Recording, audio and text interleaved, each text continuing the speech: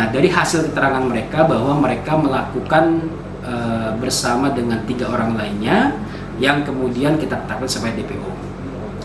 Dan perlu saya jelaskan, pada hari ini salah satu DPO dapat kita tangkap atas nama Muhammad Iqbal alias Bom Bom di Aceh Utara.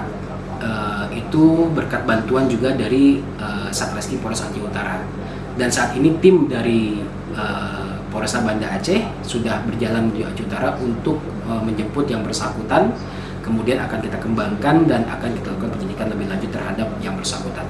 Untuk pelaku yang DPO tersisa 2, dan itu juga tetap kita lakukan pengejaran dan penyelidikan keberadaan mereka di mana, ya, sehingga kita bisa merampungkan kasus ini dan kita bisa melakukan penyidikan lebih lanjut terhadap. Harap kepada masyarakat bisa menyampaikan terkait keberadaan mereka. Jika memang masyarakat ada melihat, silakan hubungi nomor yang tertera pada DPO atau hubungi polsek terdekat agar bisa ditindaklanjuti.